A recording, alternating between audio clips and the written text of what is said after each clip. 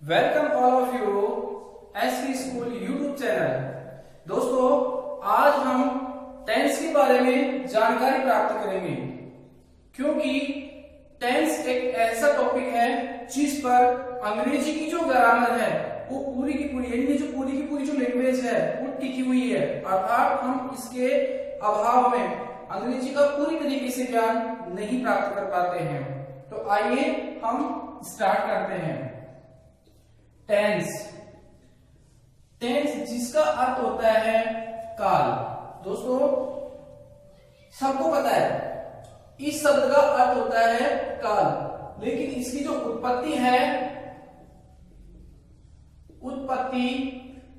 Latin भाषा के एक लैटिन वर्ड जिसका लैटिन वर्ड टेम्पस, इससे इसकी उत्पत्ति हुई है। इस शब्द का अर्थ होता है time. Friends, time and tense दोनों ऐसे शब्द हैं जिनमें संबंध होते हुए भी अंतर पाया जाता है, ये डिफरेंस है जो हम देखते हैं किस प्रकार से अंतर है। Tense and time. टेंस एक ग्रामेटिकल कॉन्सेप्ट है। टेंस एक ग्रामेटिकल टर्म्स है, जबकि टाइम एक ग्रामेटिकल टर्म्स नहीं है।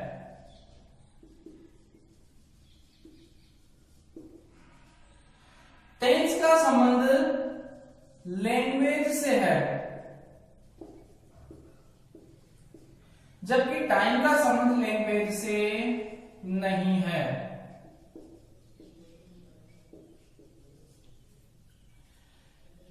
टेंस से हम समय अर्थात दिन, महीने, महीनों, वार आदि का बोध नहीं कर सकते, हैं, जबकि टाइम से हमें इन सभी का बोध हो जाता है। ये जो टेंस है, टेंस भाषा से स्वतंत्र नहीं है। अर्थात ये कह सकते हैं कि जो टेंस है लैंग्वेज से मुक्त नहीं है और टाइम जो है लैंग्वेज से मुक्त है। अर्थात लैंग्वेज में टाइम का कहीं भी कोई प्रयोग नहीं करते हैं। अब देखते हैं हम आगे इनके बारे में, जिसके जो प्रकार हैं इन प्रकारों के बारे में पढ़ते हैं। यहां तक आपको समझ में आ गया होगा। Kind of tense, kinds of tense अर्थात टेंसों का वर्गीकरण या टेंसों के प्रकार।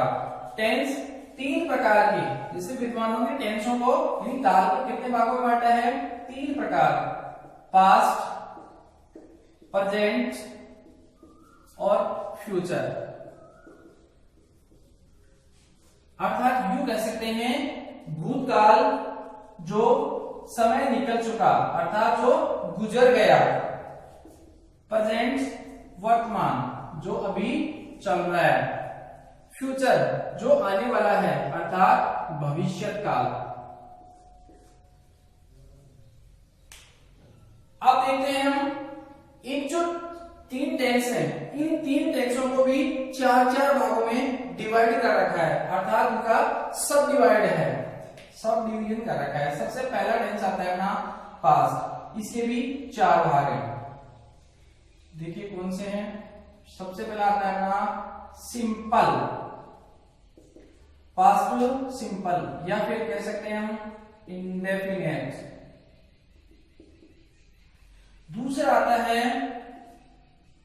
कंटिन्यूअस, तीसरा आता है परफेक्ट और चौथा आता है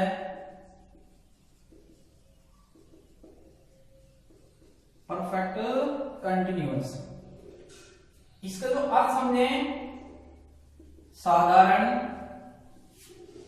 लगातार, पूर्ण पूर्ण लगातार। फ्रेंड्स, इन चारों टेंसों के present, present continuous, present simple, present continuous, present perfect, present perfect continuous, ऐसे चलेगा past, past indefinite, past continuous, past perfect और पास्ट परफेक्ट कंटिन्यूअस। इसी प्रकार से फ्यूचर है, फ्यूचर में भी फ्यूचर सिंपल है indefinite, future continuous, future perfect और फ्यूचर परफेक्ट कंटिन्यूअस। इस प्रकार से टेंस चलेंगे। अब सबसे पहले हम इनकी पहचान देख लेते हैं।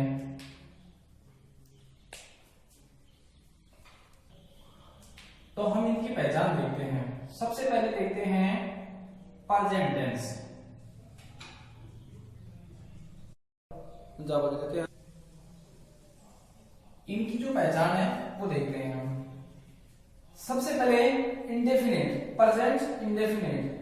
प्रेजेंट इंडेफिनिट का होगा हिंदी वाक्य के अंत में ता है, ती है, ता हूं,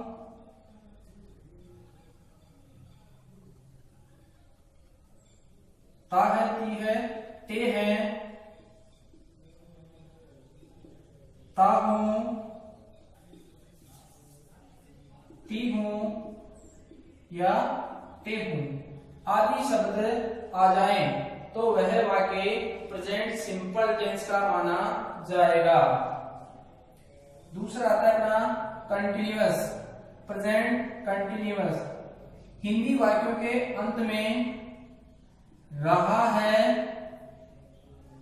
रही है,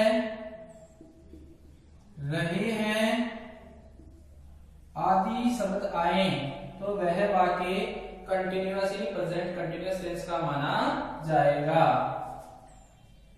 तीसरा आता है अपना प्रेजेंट परफेक्ट। हिंदी वाक्यों के अंत में चुका है, चुका है, चुकी है, चुके हैं आदि शब्द आए तो वह वाक्य प्रेजेंट परफेक्ट टेंस का माना जाएगा। प्रेजेंट परफेक्ट कंटिन्यूअस, इसमें दोस्तों एक निर्धारित समय दिया हुआ होता है। इस समय के आधार पर से रहा है, से रही है, से रहे हैं आदि शब्द दिए हुए होते हैं तो वह वाक्य प्रेजेंट परफेक्ट कंटिन्यूअस टेंस का माना जाएगा। अब देखेंगे हम पास्ट टेंस। पास्ट टेंस की पहचान होगी पास्ट सिंपल यानी इंडेफिनिट। इसकी पहचान होगी हिंदी वाक्यों के अंत में था, थी, थे अर्थात ता था, ता थी, ता थे आदि शब्द आए तो वह वाक्य सिंपल इंडेफिनिट के माने जाएंगे। दूसरा है अपना पास्ट कंटिन्यूअस। पास्ट कंटिन्यूअस में होगा रहा था, रही थी, रहे थे आदि शब्द आते हैं तो वह वाक्य पास्ट कंटिन्यूअस टेंस का माना जाता है। तीसरा वाक्य आता है अपना पास्ट परफेक्ट। इसमें आएगा चुका था, चुकी थी,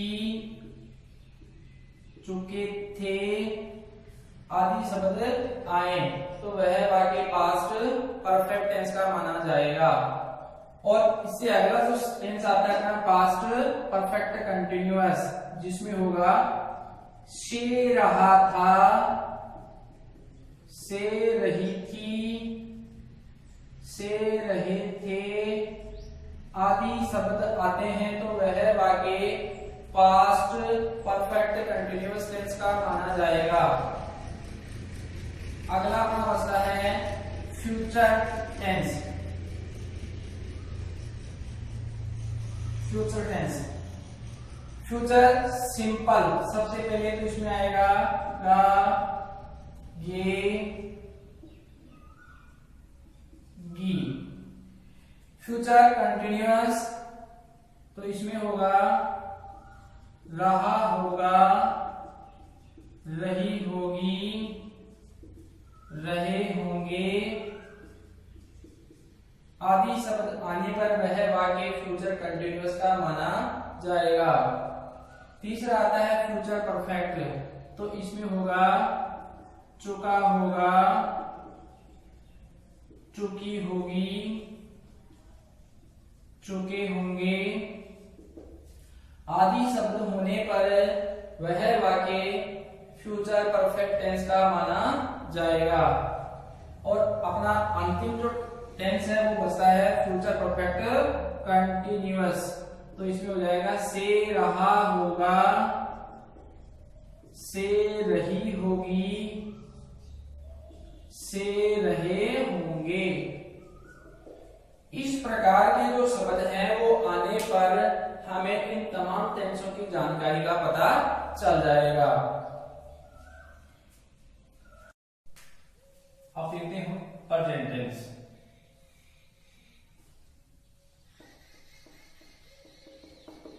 प्रेजेंट टेंस वर्तमान का। सबसे पहले देखेंगे इसका सिंपल, प्रेजेंट सिंपल।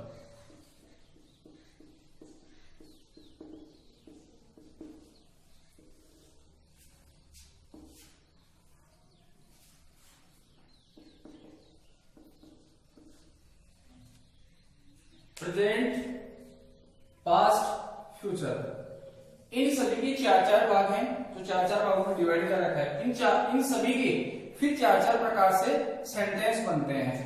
जो देखो सबसे पहले आता है अफर्मेटिव,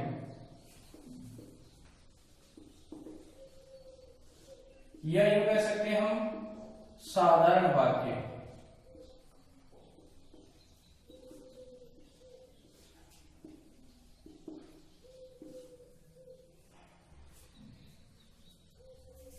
इसका रूल नंबर है 1, आई, वी, यू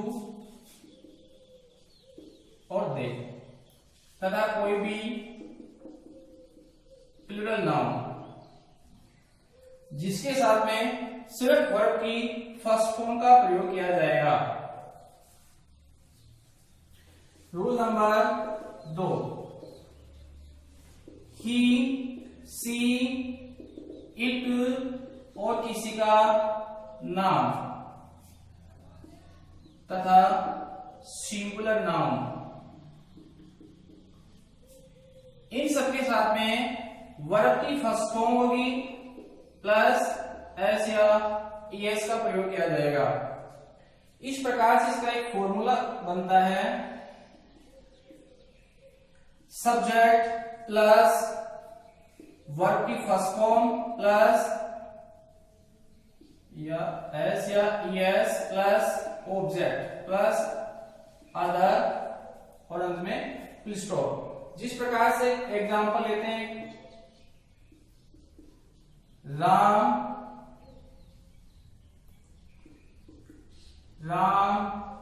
विद्यालय जाता है। इस सूत्र के अकॉर्डिंग ये वाक्य बनेगा, राम सबसे पहले सब्जेक्ट है, तो राम इसमें सब्जेक्ट है, वर्ब जाता है तो हो जाएगी गो, इसमें लग जाएगा ईएस तो ये हो जाएगा गोज। वाक्य को कनेक्ट करने के लिए टू का प्रयोग किया, goes to Jaipur, sorry school. Ram goes to school. इसी प्रकार से एक एग्जाम्पल को देखते हैं, तुम मैं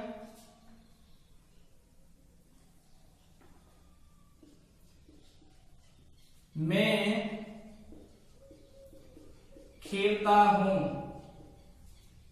तो ये बनेगा सबसे पहले सब्जेक्ट आई, फिर वर्ब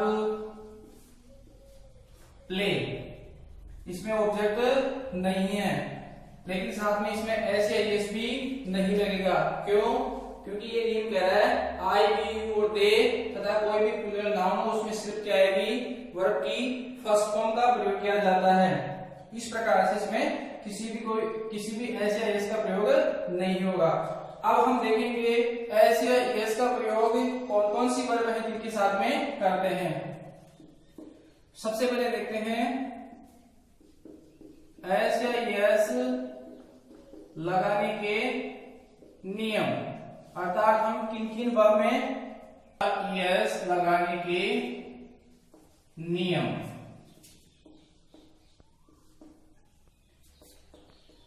जिस वर्ब के अंत में double S, S S, C H, O, X, Z आदि हो तो हम उस वर्ब में ई एस जोड़ देंगे और बाकी जो बचेगा उसके साथ में क्या लगा देंगे, एस हो जाएगा। जिस प्रकार से के आई डबल एस किस करना यानी चुम्बन, तो इसका हो जाएगा kisses. S H, C L A S H clash, clash यानी झगड़ा करना, तो इसमें हो जाएगा clashes. F E A T C H, fetch का मतलब होता है कहीं से जाकर कुछ लाना, तो ये हो जाएगा फेचेज। अपना है ये गो, इसके अंदर भी ओ आ रहा है, तो ये क्या बन जाएगा, G O E S, goes. Quiz, Q U I Z, तो इसका बन जाएगा Q U I Z E S, quizzes. इस प्रकार से इन वर्ब में हम क्या जोड़ेंगे, ई एस जोड़ देंगे। इसका दूसरा नियम है कोई भी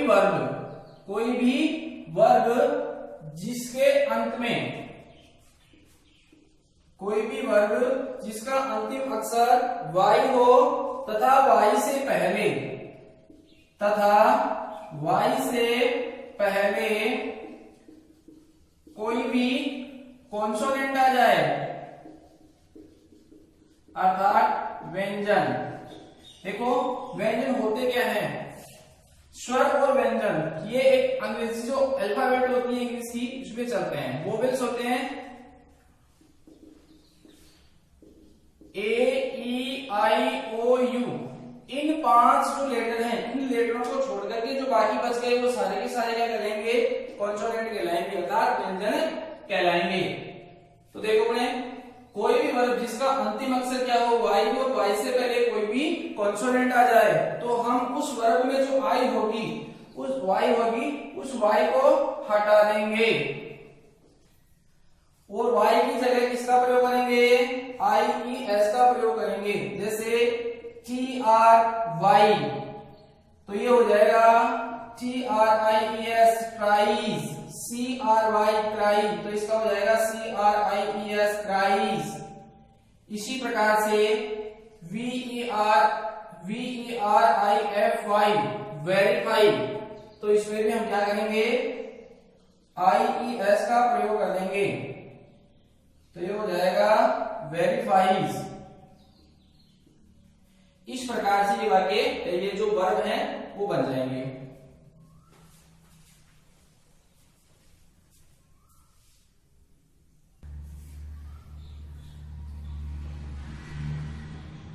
जिस वर्ब के अंत में वाई हो तथा वाई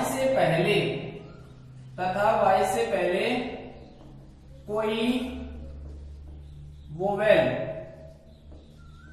हो तो उसमें सिर्फ एस का प्रयोग करेंगे। जिस प्रकार से पी ए वाई पे, तो इसका हो जाएगा pace. P R A Y pray, तो इसका हो जाएगा प्रेज। इस प्रकार से वाक्य अफर्मेटिव सेंटेंस में बनेंगे, अर्थात ये वर्ब ऐसे यूज हो जाएंगे। दूसरा आता है अपना नेगेटिव सेंटेंस। नकारात्मक वाक्य।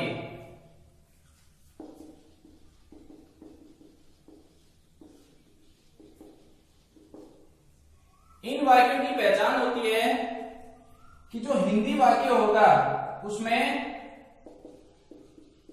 हिंदी वाक्य में नहीं का प्रयोग होगा तथा इंग्लिश जो वाक्य होगा उसमें नोट शब्द का प्रयोग किया हुआ होगा।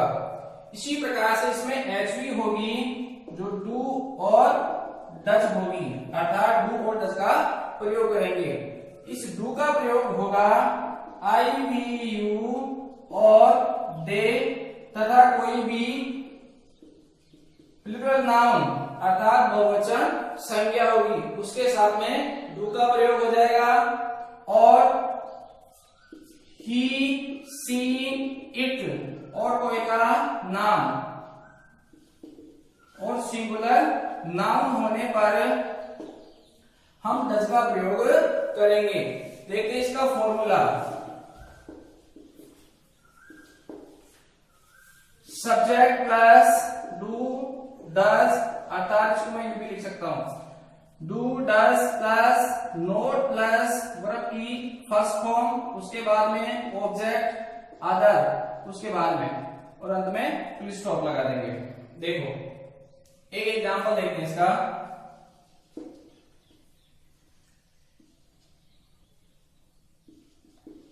राधा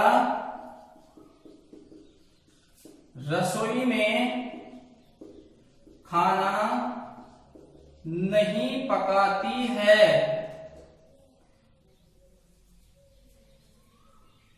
सबसे पहले इसमें जो सब्जेक्ट होगा वो राधा है।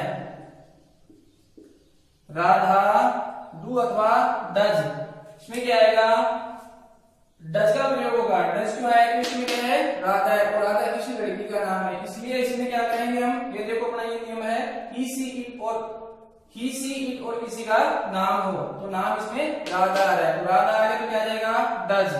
राधा डज नोट नकारात्मक वाक्य है। Radha does not cook food in the kitchen. इसी प्रकार से दूसरा वाक्य देखते हैं। वे कमरे में अखबार नहीं पढ़ते हैं। वे की मीनिंग क्या होता है? सॉरी, वे का जो इंग्लिश मीनिंग होगा वो होगा दे। फिर आ रहा है इसमें बहुवचन ही है तो बहुवचन आ जाएगा तो डू का प्रयोग होगा। आई, वी, यू और दे आ रहा है तो आ जाएगा do. They do not read A newspaper. Paper कहां पढ़ रहे हैं? कमरे में, तो आ जाएगा इन द रूम। इस प्रकार से वाक्य बन जाएंगे। They do not read A newspaper in the room. अपने अफर्मेटिव और नेगेटिव दोनों कंप्लीट हो गए। अब देखते हैं इंट्रोगेटिव सेंटेंसेस। प्रश्नवाचक वाक्य। इन वाक्यों की पहचान होती है वाक्य के अंत में क्वेश्चन मार्क होगा एक तो। ये वाक्य दो तरह से शुरू होते हैं। सबसे पहला है एचवी वाला एक तो, और एक होता है WH वर्ड वाला। इस प्रकार से वाक्य दो तरीके से शुरू होते हैं।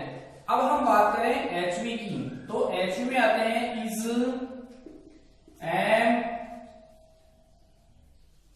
Do, does, is, am, are, has, have, had, एक है डिड, इत्यादि। WH वर्ड की बात करें तो WH वर्ड में आते हैं what, why, when, whose, whom, how इत्यादि। इनका सूत्र होगा WH वाले का सूत्र होगा यानी वाक्य के प्रारंभ में यदि हिंदी वाक्य क्या से शुरू होता है, हिंदी वाक्य क्या से शुरू होता है तो वह वाक्य कौन सा माना जाएगा, इंटरोगेटिव सेंटेंस माना जाएगा। इसका सूत्र होगा HV plus subject plus verb की फर्स्ट फॉर्म, उसके बाद में ऑब्जेक्ट और उसके बाद में अदर, जो भी कुछ बचा हुआ रहता है वो लास्ट में आ जाएगा प्रश्नवाचक चिन्ह। देखो सबसे पहले हम बनाते हैं क्या सविता अपना गृह कार्य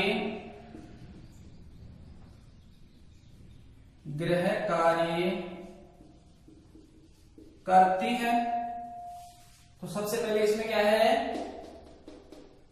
क्या आ रहा है, अर्थात क्या की यहाँ पर जो वाट नहीं होती है लेकिन यहाँ पर वाट नहीं आएगा। क्यों? क्योंकि ये इंट्रोगेटिव सेंटेंस है और शुरू किससे हो रहा है, क्या से शुरू हो रहा है। अर्थात हम किसका प्रयोग करेंगे, यहाँ पर इन HV का यूज करेंगे। तो कौन सा पढ़ रहे हैं अपन, नेगेटिव पढ़ रहे हैं, प्रेजेंट सिंपल का। तो उसमें क्या आती है, डू और डज साइक्लिया आएगी, यानी HV के रूप में हम डू और डज का प्रयोग करने वाले हैं यहाँ पर। तो वाक्य में जो करता है, इस कर्ता के अनुसार क्या लगाएंगे हम, जो साइक्लिया है डू और डज उसका प्रयोग करेंगे। तो इसमें कर्ता क्या है, कर्ता इसमें है सविता, तो सविता क्या है, सिंगुलर है, तो इसके लिए क्या आ जाएगा डज। डज सब्जेक्ट अपना क्या है सविता, डज सविता वर्ब की फर्स्ट फॉर्म। तो वर्ब की फर्स्ट फॉर्म, वर्ब क्या है यहाँ पर, कार्य करना, तो हो जाएगा डज सविता वर्क, सॉरी ऐसे नहीं होगा। देखो इसका एग्जाम्पल, क्या राम खाना खाता है। ये कौन सा वाक्य हो गया, इंट्रोगेटिव सेंटेंस हो गया।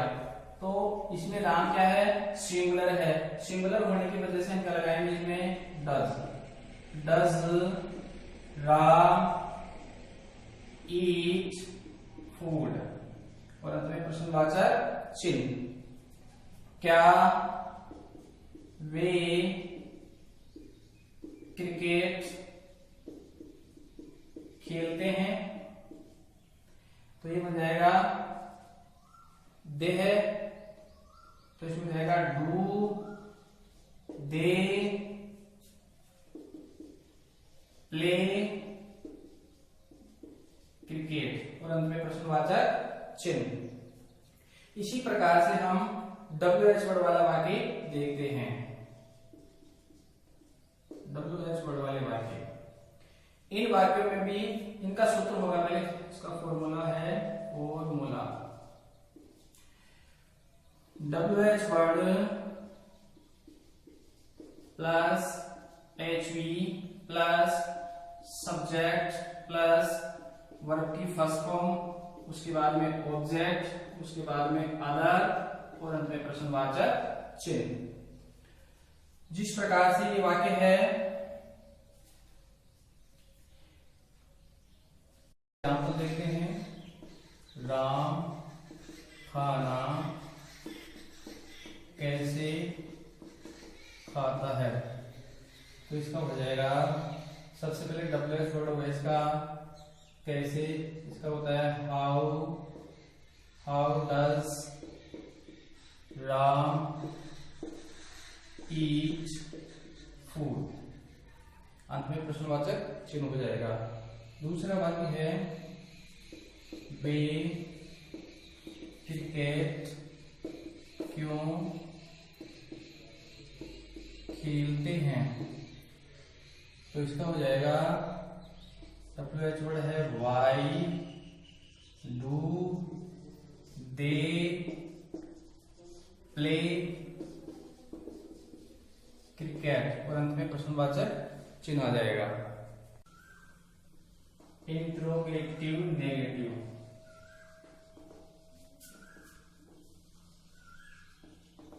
Interrogative negative sentences.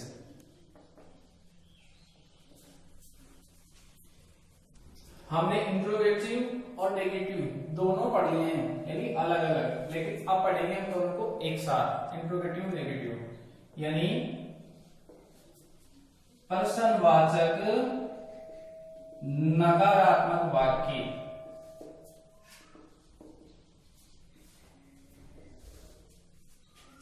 ये भी उसी तरीके से दो प्रकार से शुरू होंगे। सबसे पहला होगा HV से और एक होगा WH वर्ड से शुरू होंगे। इसका फॉर्मूला है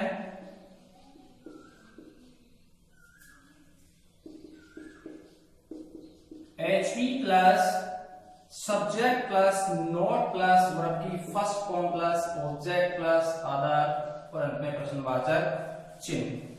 इसी प्रकार से WH वर्ड वाला होगा WH word plus HV plus subject plus not plus verb की first form object plus other. सबसे पहले देखते हैं, क्या मोहन खाना नहीं खाता है? मोहन खाना क्यों नहीं खाता है? क्या बच्चे रोते हैं?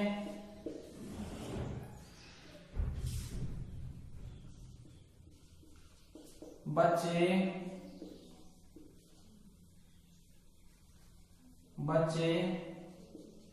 क्यों रोते हैं?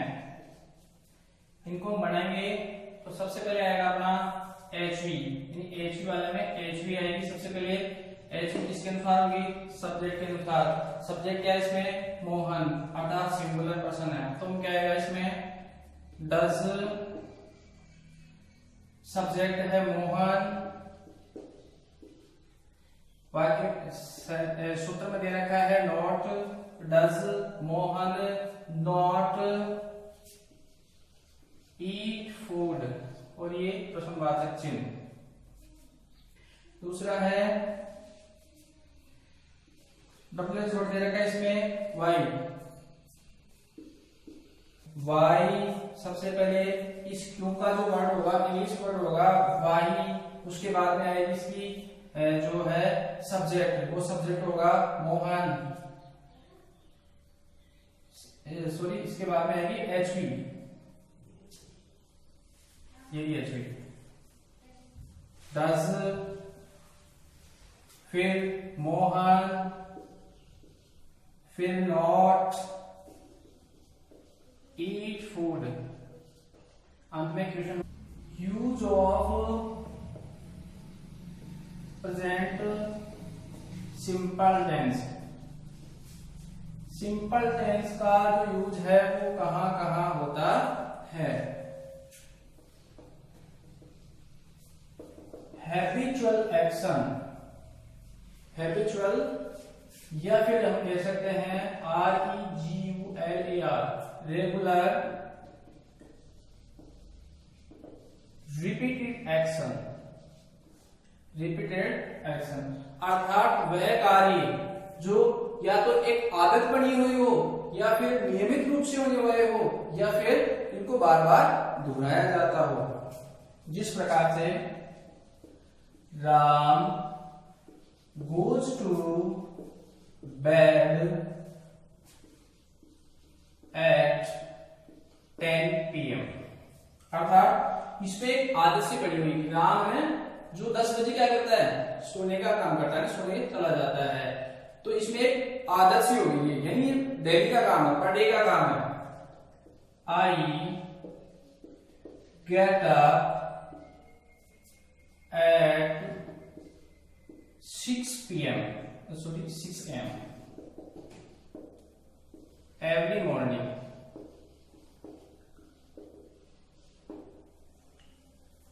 मैं सुबह 6 बजे उठता हूं, अर्थात डेली का काम है।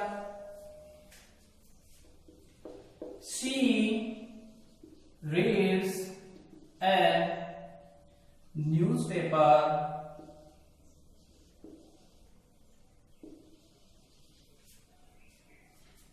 daily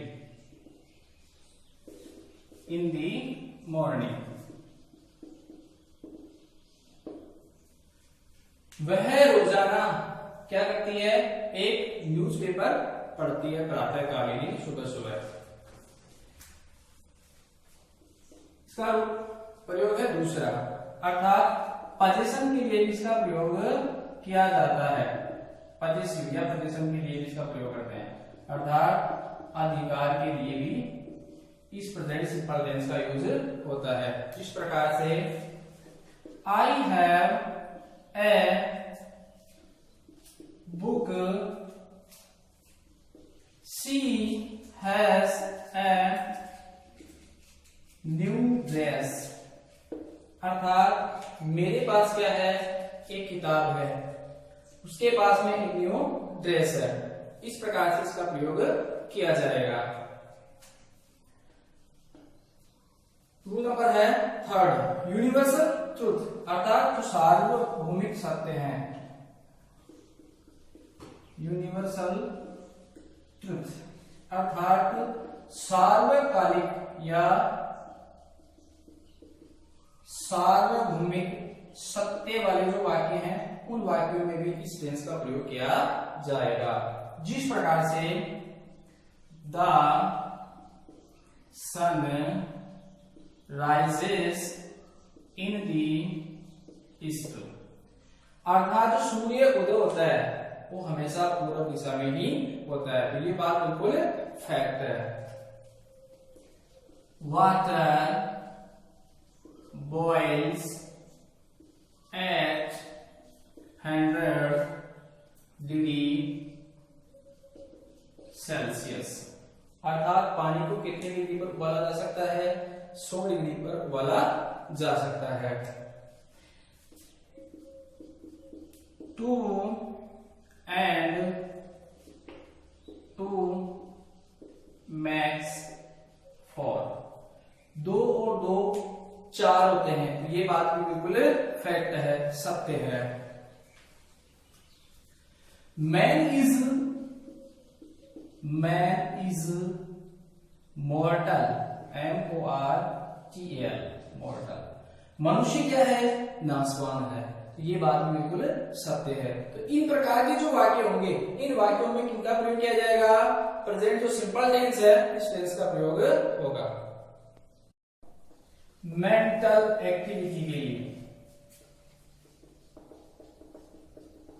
मेंटल एक्टिविटी या फिर कह सकते हैं इमोशन, या फिर कह सकते हैं फीलिंग्स के लिए, इनके लिए भी इस टेंस का प्रयोग किया जाता है। यानी मानसिक जो क्रियाकलाप हैं, इनके लिए भी। जैसे इसका एग्जाम्पल है वी बिलीव इन गॉड, अर्थात हम किसमें विश्वास करते हैं? परमात्मा में विश्वास करते हैं, भगवान में विश्वास करते हैं।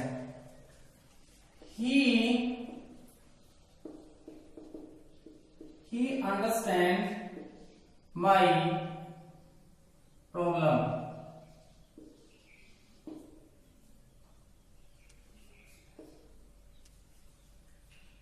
वह मेरी समस्या को समझता है। अगला देखें, I considers that she is a good singer, अर्थात मेरा ऐसा मानना था कि वह क्या है? एक अच्छी सिंगर है, यानी गायक है। आई थिंक मेरा ऐसा सोचना है, शी इज ऑलवेज रॉन्ग। मेरा ऐसा मानना था कि वह हमेशा क्या है, गलत है। ठीक है, तो इस प्रकार के जो वाक्य होंगे उसमें भी किसका प्रयोग होगा, प्रेजेंट जो सिंपल टेंस होगा इस टेंस का प्रयोग किया जाएगा। अब देखते हैं हम अगला जो प्रयोग है वो प्रयोग देखते हैं।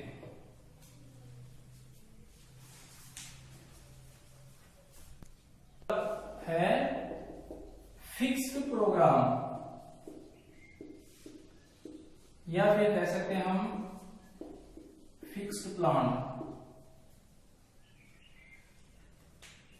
स्थायी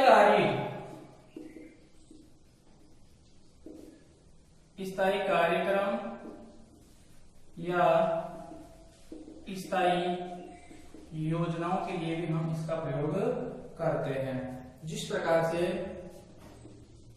the colleges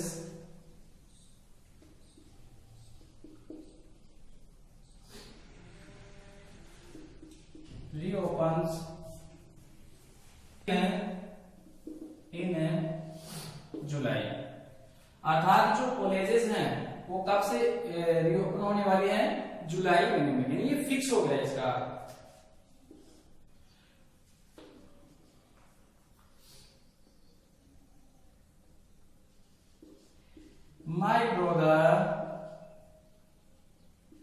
My brother goes to Jaipur next week। अर्थात ये फिक्स है कि मेरे जो भाई हैं वो कहां जाने वाले हैं, जयपुर जाने वाले हैं, और वो भी अगले सप्ताह में। इसी प्रकार से हम इसका जो छठा रूल है, यानी छठा जो इसका प्रयोग है वो हम पढ़ेंगे। इनहेरेंट क्वालिटीज, अर्थात यू समझ सकते हैं हम जन्मजात गुण, इनके लिए भी इसका प्रयोग किया जाएगा। जिस प्रकार फादर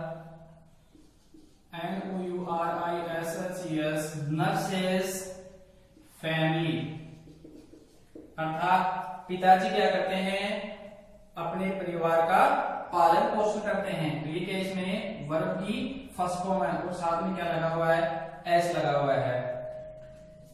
दूसरा एग्जाम्पल देखते हैं, चिल्ड्रन लव देयर पेरेंट्स, अर्थात जो बच्चे हैं वो क्या करते हैं, अपने माता पिता से प्रेम करते हैं। तो ये क्या है, ये एक जन्मजात क्वालिटी है, अर्थात जन्मजात गुण है। इसका एक एग्जाम्पल वो देखते हैं। We love our one being, अर्थात हम जो हमारे हैं, अर्थात हम हमारे उन सभी से प्रेम करते हैं जो क्या है, अपने हैं। तो ये क्या है, एक हमारी जन्मजात क्वालिटी है, गुण है। इस प्रकार से हम इसका अगला नियम को देखेंगे।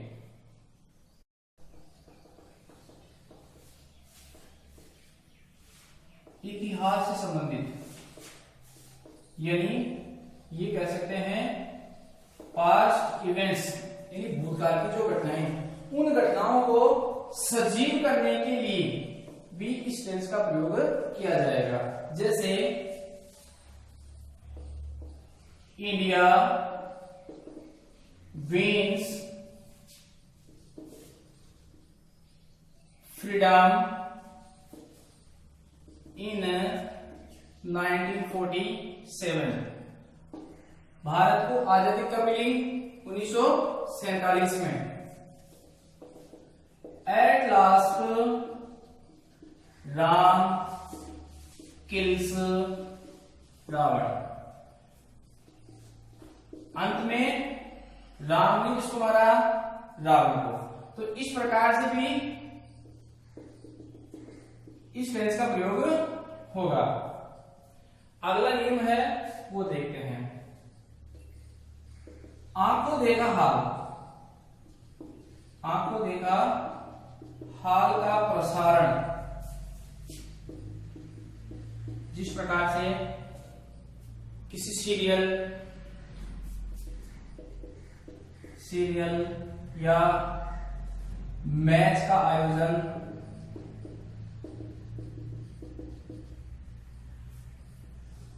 या कोई फिल्म की जो कहानी है उसमें इन इस टेंस का प्रयोग किया जाएगा। जिस प्रकार से my younger brother plays a role of a villain. My younger brother plays a role of a villain in this film। अर्थात मेरे छोटे भाई ने क्या किया था, इस फिल्म में एक विलन का रोल किया था। इस प्रकार से इसमें इसका यूज हो जाएगा। जैसे Kohli runs after the ball. Kohli किसके पीछे दौड़ता है, बॉल के पीछे। तो इस प्रकार से भी इसमें क्या जाएगा, वर्ब की फर्स्ट फॉर्म के साथ में एस का प्रयोग हो जाएगा। अगला जो नियम है वो देखते हैं। कथन या कहावतों के लिए, कथन या कहावत यानी कोई भी ऐसी कहावत हो या फिर ऐसा कोई स्टेटमेंट हो, उसके लिए इसका प्रयोग किया जाएगा। जैसे एवरी संत सेज, प्रत्येक संत ने कहा है, अर्थात हर संत का कहना है। गॉड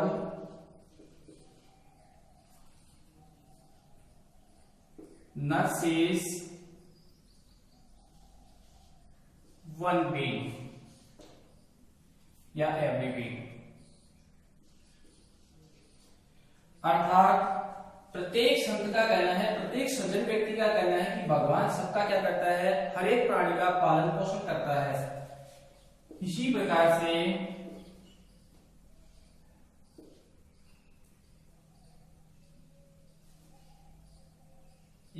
से दूसरा एग्जाम्पल को देखते हैं।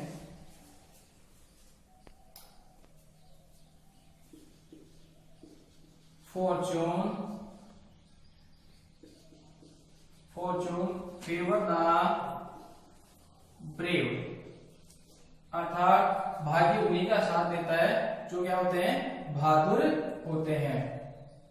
इस प्रकार से ये वाक्य बन जाएंगे। अगला जो है समाचार पत्रों की हेडिंग।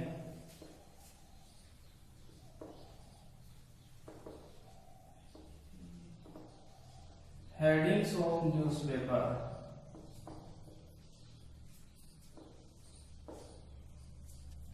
समाचार पत्रों की जो हेडिंग है या फिर जो सुर्खियां होती हैं, इसमें भी इसका प्रयोग किया जाता है। जैसे 3 die in a car and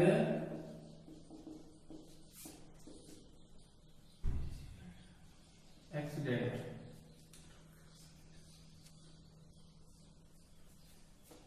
इसी का दूसरा एग्जाम्पल है government decides to help of poor।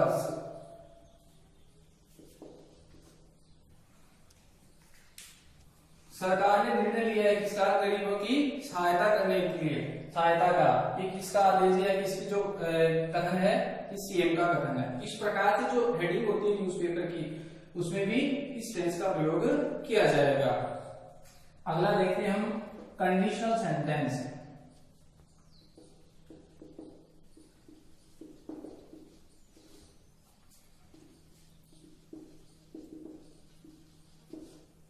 अर्थात जो शर्त सूचक वाक्य होंगे, इन वाक्यों में भी हम इसका प्रयोग करते हैं।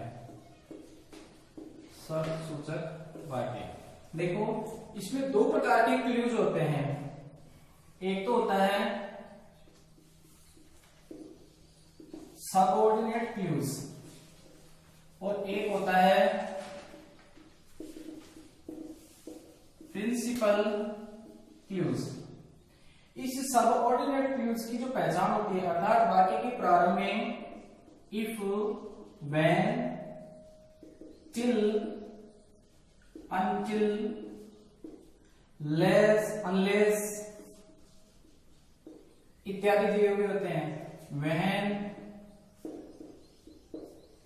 और इस प्रिंसिपल क्लूज में जो टेंस होगा वो होगा फ्यूचर सिंपल टेंस और इसमें यूज होगा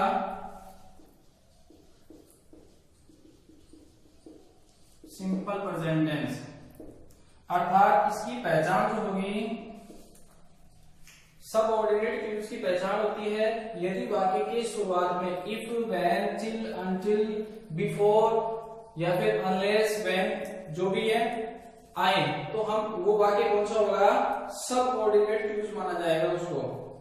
और इस टेंस में इस क्लूज में जो टेंस होगा वो प्रेजेंट सिंपल होगा और जो प्रिंसिपल दूसरा क्लूज होगा प्रिंसिपल क्लूज उसमें फ्यूचर सिंपल टेंस का प्रयोग होगा। आइए इसका एक एग्जांपल देखते हैं।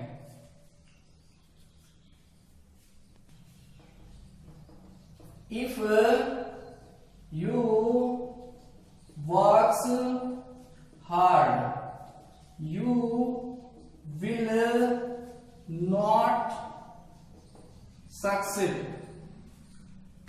इसमें आ रहा है वर्ब की फर्स्ट फॉर्म के साथ में एस अर्थात प्रेजेंट सिंपल टेंस हो गया इसमें और इसमें आ रहा है विल तो इसमें हो गया फ्यूचर सिंपल टेंस। इसी प्रकार से दूसरा एग्जांपल देखते हैं। Unless he works hard so he works इसमें ये आ गया works hard he will pass। जब तक वह कठिन परिश्रम करेगा यानी जब वह कठिन परिश्रम करेगा ही विल पास तो वह क्या करेगा पास हो जाएगा। इस प्रकार से ये टेंस इस टेंस में इन प्रकार के जो वाक्य हैं इन वाक्यों का प्रयोग होगा। If you run fast you will win the race.